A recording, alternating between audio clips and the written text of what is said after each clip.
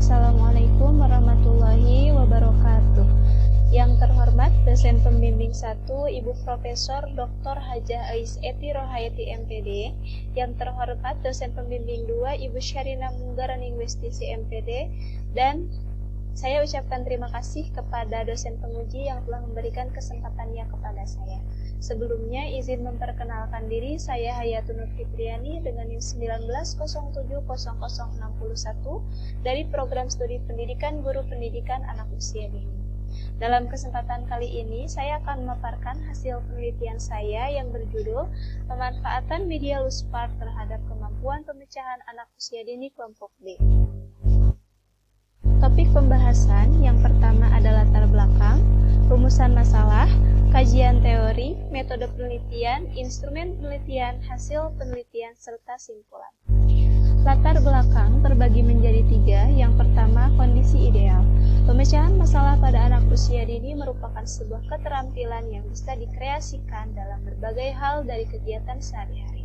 Selain untuk memecahkan masalah, kemampuan ini dapat dimanfaatkan anak untuk lebih mengeksplorasi dunianya atau menyelesaikan tugasnya di sekolah. Dalam kehidupan sehari-hari, anak tidak hanya dituntut untuk bisa bermain, tetapi anak usia dini juga diajari agar mampu mencari solusi dari masalah yang ditemui. Kondisi nyata, masih banyaknya anak yang belum mampu memecahkan permasalahan sesuai dengan tuntutan pendidikan anak usia dini, di mana anak masih belum berani menghadapi berbagai permasalahan sederhana yang muncul di kehidupannya. Anak belum mampu melalui tahapan pemecahan masalah dengan baik karena kurangnya pemahaman guru dalam menstimulasinya. Keterampilan ini merupakan bagian dari metakognitif yang terdiri dari pemecahan masalah, unsur pemaksaan anak untuk harus bisa memecahkan masalahnya, berhitung, mengambil keputusan, dan berpikir kreatif. Maka dari itu, peneliti menawarkan solusi pemanfaatan media Luspart terhadap kemampuan pemecahan masalah anak usia dini kelompok B. Rumusan masalah. Yang pertama, bagaimana efektivitas pemanfaatan media Luspart pada pembelajaran anak usia dini kelompok B dilihat dari kemampuan pemecahan masalahnya, ketuntasan belajarnya, peningkatan aktivitas belajar anak usia dini. 2. Kendala apa saja yang dihadapi oleh guru dan anak usia dini kelompok B dalam melaksanakan pembelajaran dengan menggunakan media Luspart. 3. Bagaimana proses penerapan pemanfaatan media Luspart pada pembelajaran anak usia dini kelompok B. Kajian teori. Media adalah media pembelajaran adalah alat yang digunakan untuk tujuan pendidikan serta sebagai sarana yang dapat memberikan pengalaman visual kepada peserta didik dalam rangka memperjelas, memotivasi, dan mempermudah memahami suatu konsep. Ini menurut Baharudin tahun 2022. Sedangkan menurut Zaini dan Dewi 2017 menyatakan bahwa media berasal dari kata jamak medium yang berarti perantara. Menurut Farida pada tahun 2020, media Luspart yang dapat diperoleh anak di lingkungannya akan mendorong anak untuk memilih sendiri media belajarnya, sehingga anak bermain sesuai dengan idenya, lebih terbuka dan tidak mengandalkan arahan dari gurunya dibanding bermain alat permainan edukatif olahan pabrik. Menurut Nasution 2006 pada penelitian Prasetya dan kawan-kawan 2014, kemampuan pemecahan masalah bukan perbuatan yang sederhana, akan tetapi lebih kompleks daripada yang diduga, di mana kemampuan pemecahan masalah sangatlah memerlukan keterampilan berpikir yang banyak jenisnya, seperti mengamati, melaporkan, mendeskripsikan, menganalisis, mengklarifikasi, menafsirkan, mengkritik, meramalkan, menarik kesimpulan, dan membuat generalisasi berdasarkan informasi yang dikumpulkan dan diolah. Dalam proses pembelajaran, di samping perlunya penalaran yang baik, juga penting menguasai tahapan memecahkan masalah secara tepat. Metode penelitian yang saya gunakan yaitu metode mixed method. Adapun desain yang digunakan adalah sequential explanatory. Data ini digunakan karena ingin mendapatkan data secara kuantitatif terlebih dahulu dan diikuti oleh penjelasan data kualitatif. Subjek penelitiannya yaitu berjumlah 10 anak di kelompok B, yaitu usia 5-6 tahun. Lokasi penelitiannya di RA Raudatul Banat, Kecamatan Cimahi Tengah, Kota Cimahi.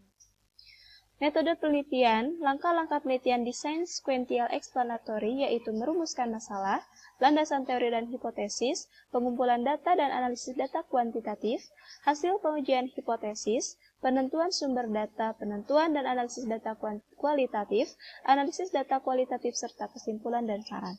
Metode kuantitatif berperan memperoleh data kuantitatif yang terukur dan bersifat deskriptif, komparatif, asosiatif, dan struktural. Selanjutnya, metode kualitatif berperan untuk melengkapi data kuantitatif sehingga hasil penelitian lebih lengkap, lebih akurat, dan ada temuan baru. Instrumen penelitian yang saya gunakan, yang pertama ada observasi, yang kedua wawancara, dan yang ketiga studi dokumentasi. Dengan prosedur penelitian, untuk memperoleh data kuantitatif, yang pertama melakukan hasil uji validitas dan reliabilitas. Kemudian yang kedua uji normalitas, uji paired sample t-test atau uji Wilkerson. Data kualitatif diperoleh dari hasil reduksi data, penyajian data, serta display data. Hasil penelitian yang saya lakukan melalui hasil uji validitas tiap butir pernyataan menggunakan aplikasi SPSS versi 25 menyatakan bahwa karena R hitung atau nilai koefisien korelasi pada komponen penilaian 1-5 atau indikator lebih besar dari R tabel, maka keputusannya dengan menggunakan tingkat signifikansi 5%, maka observasi atau kuesioner akumulatif yang ada adalah valid. Maka 5 indikator pernyataan kemampuan pemecahan masalah dapat digunakan sebagai acuan pada lembar penilaian anak atau penelitian. Karena di sini saya menggunakan sampel 30 anak untuk menguji apakah instrumen penelitian saya, yaitu indikator 1-5 dapat digunakan pada saat penelitian. Kemudian setelah melakukan uji validitas, dilakukan uji reliabilitas. Hasil uji reliabilitas menunjukkan bahwa R hitung atau Cronbach alpha secara keseluruhan 0,041 lebih besar dari R tabel, yaitu 0,361 yang diperjelas dengan nilai dari Cronbach alpha pada setiap poin penilaian X1 sampai X5 atau indikator 1-5 lebih besar dari R tabel. Maka keputusannya dengan menggunakan tingkat signifikansi atau H sama dengan 5%, yaitu dengan responden sebanyak 30 anak dengan nilai R tabel 0,361. Maka dapat dikatakan bahwa kuesioner 5 pernyataan atau indikator kemampuan pemecahan masalah anak yang ada pada penelitian ini adalah reliable atau konsisten. Atau data penelitian, instrumen atau indikatornya dapat digunakan berkali-kali pada saat penelitian. Hasil uji normalitas data kemampuan pemecahan masalah dengan memanfaatkan media Luspard.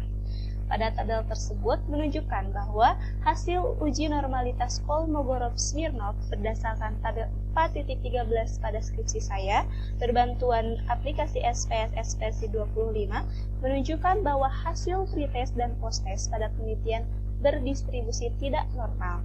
Kategori ini sebelum dan sesudah stimulasi pada nilai signifikansi. Untuk nilai pretest dan posttest 0,054 dan 0,00.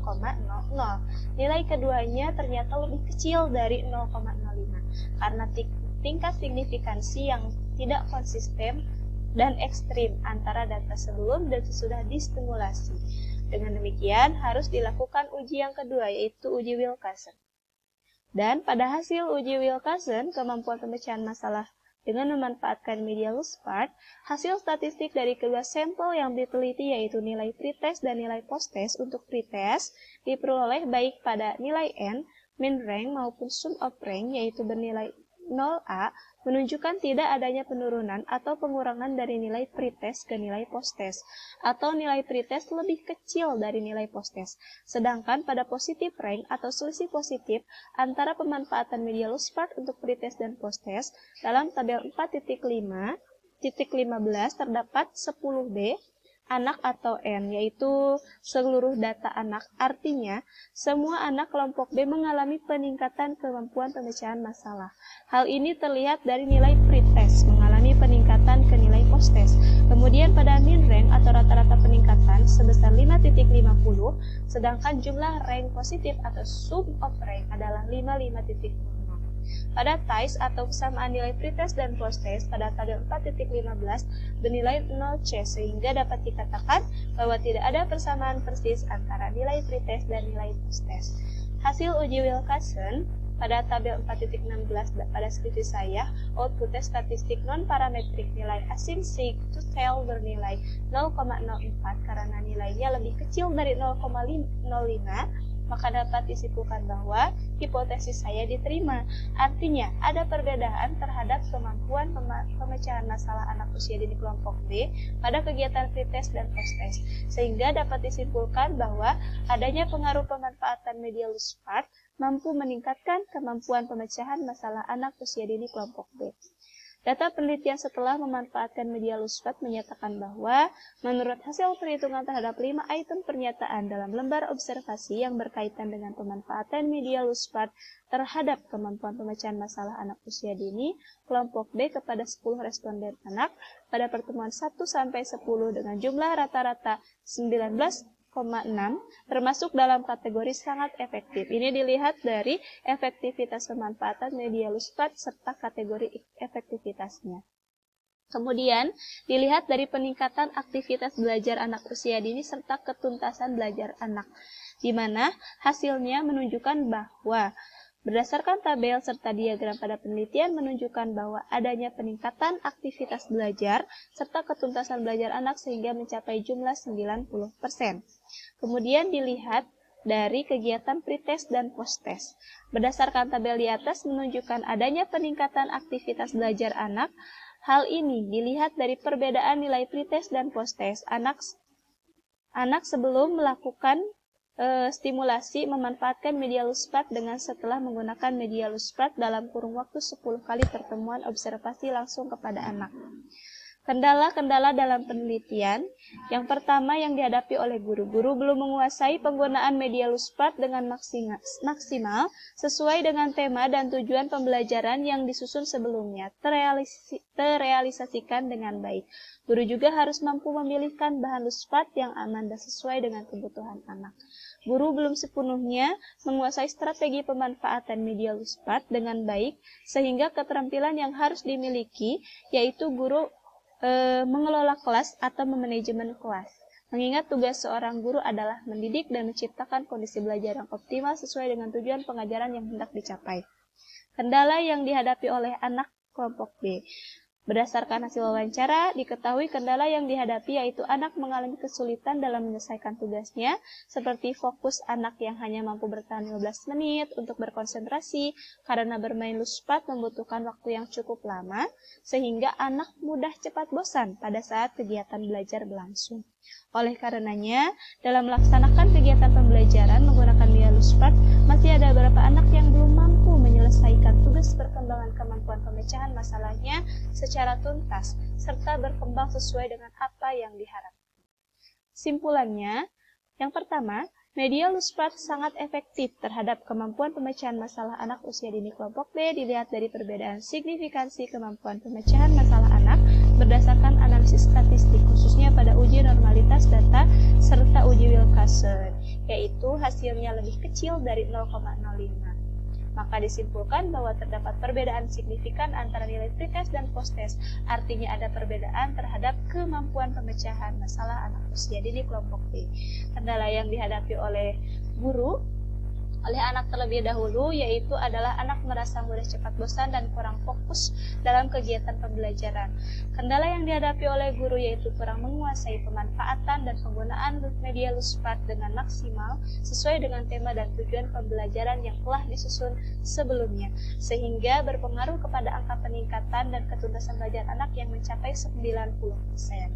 Proses pembelajaran menggunakan media Lusspat digunakan melalui tahap edukasi, tahap ekspansi, tahap perkembangan, dan tahap bermain Lusspat yang diawali dengan kegiatan pembuka, inti, recalling, dan penutup. Sarannya bagi lembaga peneliti mengharapkan RA Raudatul Banat mulai melibatkan anak dalam pengumpulan dan netralisasi komponen Lusspat dan agar anak mengerti bagaimana jika menemukan komponen Lusspat dalam keadaan kotor di luar pengawasan guru dan orang tua. Ada saran bagi guru, peneliti, serta bagi peneliti selanjutnya. Yaitu bagi peneliti selanjutnya, peneliti menyarankan kepada peneliti selanjutnya yang akan datang melakukan penelitian terkait agar lebih selektif dalam mencari literatur yang akan digunakan dan menambah literatur yang lain mendalam tentang penggunaan media luspat dalam meningkatkan